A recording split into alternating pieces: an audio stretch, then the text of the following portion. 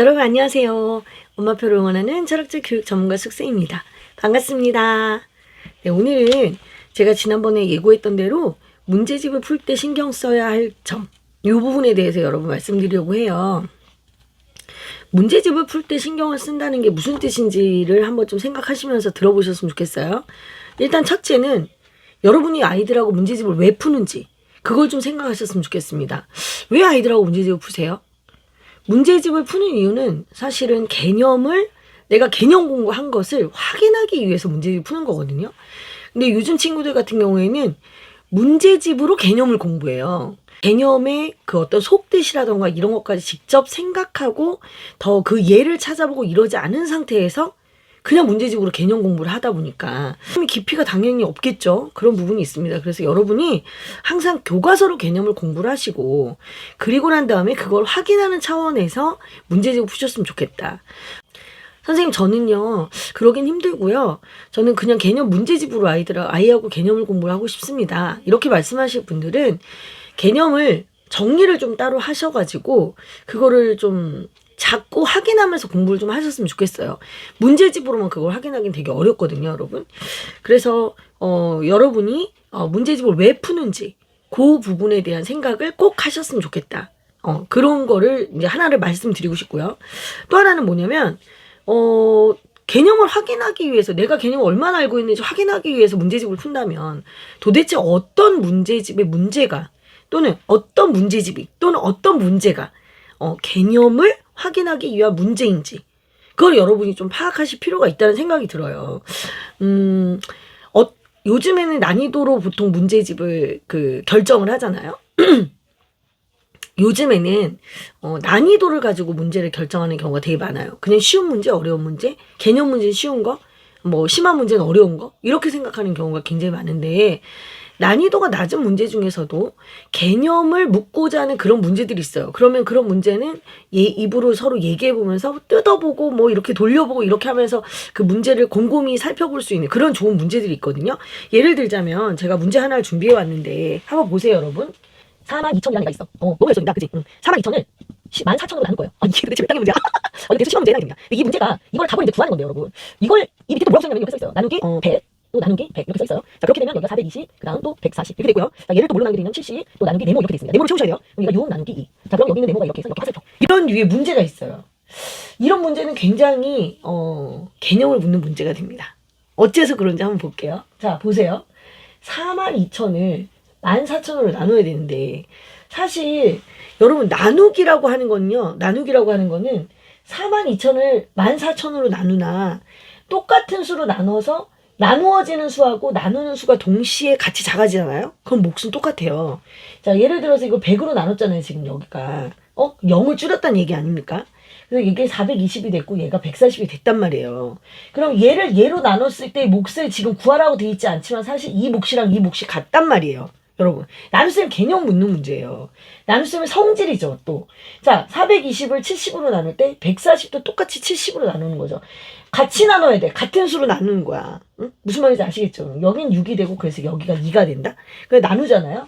여기가 3이 돼. 그럼 얘를 얘로 나눴을 때만 3이 되는 게 아니라 여기도 3이고 여기도 같이 다 3이 되는 거예요. 이건 나눗셈이 가진 굉장히 중요한 성질을 보여주는 문제예요.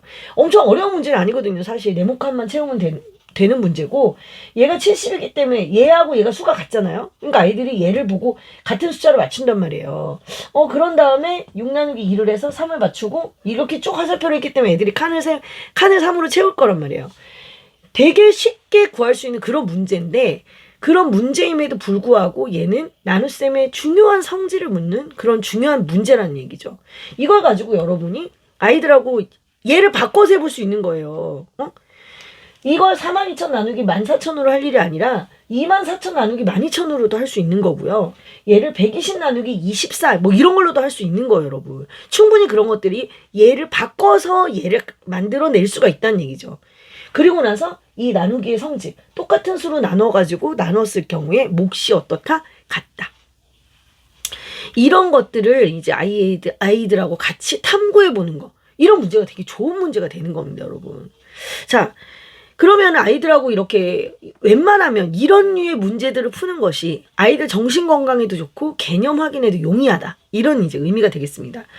그러면 이제 제가 또 드리고 싶은 질문은 뭐가 있냐면, 그러면 문제 중에서 심화 문제라고 하는 것들이 있지 않습니까? 심화 문제라고 하는 것들 중에 보면 개념을 첩첩이 이렇게 꼬아놓은 문제라던가, 또는 현재 만약에 4학년인데 4학년 아이들이 배우지 않은 그런 개념으로 문제를 묻는 경우들이 있어요. 그런 경우에 그러면 우리가 그 문제를 과연 좋은 문제라고 할 수 있겠느냐, 이 부분에 대해서 우리가 이제 생각해 봐야 된다는 거죠. 근데 이제 대부분 심화 문제에서 이제 그런 류의 문제들이 굉장히 많고, 그런 것들을 우리가 오답 노트를 써서라도 다 반드시 알아야 된다고 이렇게 공부를 하는 경우가 되게 많은데, 저는 그렇게 생각하지 않아요. 오히려 그런 문제는 그냥 과감하게 버리는 것이 더 좋다고 생각을 하거든요. 자, 제가 이제 심화 문제 하나를 예로 들어서 보여드릴 건데, 이 문제는 4학년 2학기 과정에 있는 문제예요. 그런데 과연 그게 4학년 2학기 아이들이 풀 수 있는 건지 그걸 한번 보도록 하겠습니다. 자, 분모가 11인 분수가 있어요. 그런데 그게 세 개나 있대. 가, 나, 다. 이렇게 세 개의 분수가 있는데, 이 세 분수의 합이, 세 분수의 합. 자, 이 세 분수의 합이 얼마냐면요. 12와 11분의 9죠. 여러분, 4학년 2학기입니다. 네. 그리고 나는 가보다 3과 11분의 4만큼 크며, 다는 가의 2배입니다.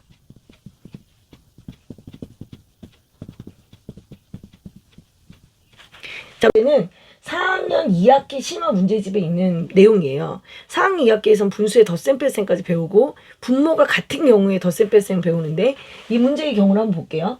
분모가 11인 분수가 가나 다가 있어요. 일단 분모가 11인 분수는 조금 까다로운 분수긴 하지만 어쨌든 같은 분모죠. 네. 그 세 분수를 합해서 12와 11분의 9가 나왔죠. 자, 그런데 나는 가보다 3과 11분의 4만큼 크며, 다는 가의 2배입니다. 이런 말이 나왔습니다. 사실 가의 2배입니다는 곱셈이죠. 근데 사실 이게 분수의 곱셈까지는 하지 않더라도 이 문제를 해결은 할 수가 있어요. 자, 세 분수 가나다를 각각 구하시오. 이렇게 문제가 나왔습니다. 그러면 우리가 이 문제를 하기 위해서 우리가 어떤 단계들을 거쳐야 되냐면, 예를 들어서 이 문제, 이 부분 있죠? 자, 예를 들어서가 아니라 이제 여기 12와 11분의 9. 요기에 해당하는 부분은 어떻게 해야 돼? 가분수로 바꿔야 돼요. 일단 가분수로 바꾸고, 그 다음에 나는 가보다 3과 11분의 4만큼 크다 했으니까, 다는 가의 2배라 했으니까, 가라는 애를 얼마로 설정해야 될지를 미지수를 정해야 돼요. 네모, 보통은 이제 네모로 정하겠죠. 그래서 네모의 2배, 네모보다 이만큼 크고, 그리고 이거 세 개를 더해갖고 얘가 나오게 만들어야 되는 거예요. 되게 난이도가 있는 문제예요. 이게 여기서 이게 난이도가 있다는 게 무슨 얘기냐면, 보통의 이제 4학년 2학기를 다루는 친구들 같은 경우에는 이런 문제를 바로 해결하기보다는 여러 번 풀어본 아이들이 이런 문제를 풉니다. 여러 번 풀어본 아이들이. 그러니까 이제 우리는 고민이 되죠. 우리 애가 이거 못 풀었어. 예를 들자면이에요. 우리 애가 이걸 못 풀었는데, 그러면 이걸 오답 노트에 정리를 해서 식 쓰는 연습을 해서 가를 네모로 하고, 나는 네모 더하기 얼마로 하고, 다는 네모의 2배로 해서 이거 세 개를 다 더했더니 얘가 나오더라. 우리가 이런 식으로 이거를 푸는 방법을 알려줘서 얘가 그 방법을 익혀가지고 그 다음번에 이런 문제가 나오면 또 풀어야 되는 건지, 그런 부분에 대한 고민을 좀 해보셔야 되는 거죠. 이게 분모가 같은 분수를 더할 때 여기에 나온 개념은 사실은 뭐냐면요. 분모가 같은 분수일 경우에 그 분수끼리 전부 다 더할 수 있다는 거예요. 분자끼리만 더할 수 있다는 거죠. 분모는 손대지 않고. 그리고 대분수는 가분수로 고칠 수 있다는 거고, 나는 가보다 이만큼 크다는 거는 분수의 합으로 표현할 수 있다는 얘기고. 그죠? 얘는 가의 2배니까 똑같은 게 2번 있다는 뜻이 되는 거니까 굳이 곱하기를 하지 않더라도 결국은 여기서는 네가 분모가 같은 분수의 덧셈을 할 줄 아느냐, 이걸 물어보고자 하는 거예요. 그걸 물어보는데 불구하고 개념이 너무 복잡한 거야. 문제 자체가 너무 복잡한 거야. 그러니까 애들이 뭘 묻고자 하는 건지 모르고 이 문제에 이게 빠져들게 되는 이런 상황이 된다. 저는 이제 그렇게 보는 겁니다. 그래서 여러분이 무조건 심한 문제다 하면은 그 정도 난이도는 풀어야 되는 거 아니야? 이게 문제가 아니고, 초등학교 과정에서는 개념을 얼마나 이해할 수 있는 상황으로 얘가 문제를 접근하는지, 그리고 이 문제라는 것은 어떤 게 좋은 문제야? 이 문제를 통해서 내가 어떤 개념을 알아낼 수 있어. 그걸 확실히 공고히 할 수 있어. 그런 문제들이 좋은 문제지. 난이도만 높였다고 해서 그것이 좋은 문제가 아니라는 거.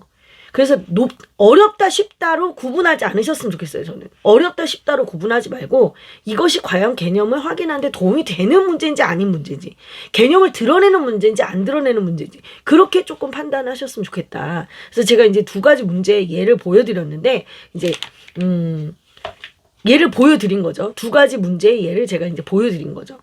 자, 여러분, 그래서 문제집 풀 때 여러분 신경 쓰셔야 될 것들이 뭐라고요? 문제집을 왜 푸는지를 꼭 생각하셔라.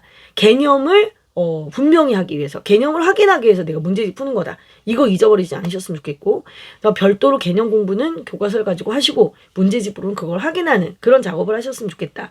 만약에 그렇지 않을 경우에는 문제집에 있는 개념이라도 충분히 공부를 하고 그 개념을 확인하는 차원으로 문제를 풀었으면 좋겠다. 이거였고요. 근데 두 번째는 어떤 문제가 개념을 확인하기 위한 용도인가. 뭐 나눗셈의 성질이라든가 곱셈의 성질이라든가 뭔가를 배웠으면 그 성질을 문제를 푸는 동안에 저절로 깨닫게 하는 그런 문제. 그런 문제가 이제 개념을 확인하기 위한 좋은 문제인 거지, 문제가 쉽고 어렵고를 가지고 문제의 중요도를 갈라서는 안 된다. 이 말씀을 꼭 드리고 싶습니다. 그리고 개념을 첩첩이 꼬아놓은 문제, 그런 문제들이 과연 좋은 문제다라고 얘기할 수 있는 건지, 그런 문제를 굳이 오답 노트까지 해가면서 풀이 방법을 외우는 것이 의미가 있는 건지에 대해서도 다시 한번 고민해 보시기 바랍니다. 네, 오늘 영상은 여기서 마무리하도록 하고요. 네, 다음번에는 제가 좋아하는 책을 한 권 이제 소개하도록 하겠습니다. 여러분 수고하셨고요. 다음 시간에 만나 뵙도록 하겠습니다. 구독과 좋아요 부탁드려요. 안녕히 계세요.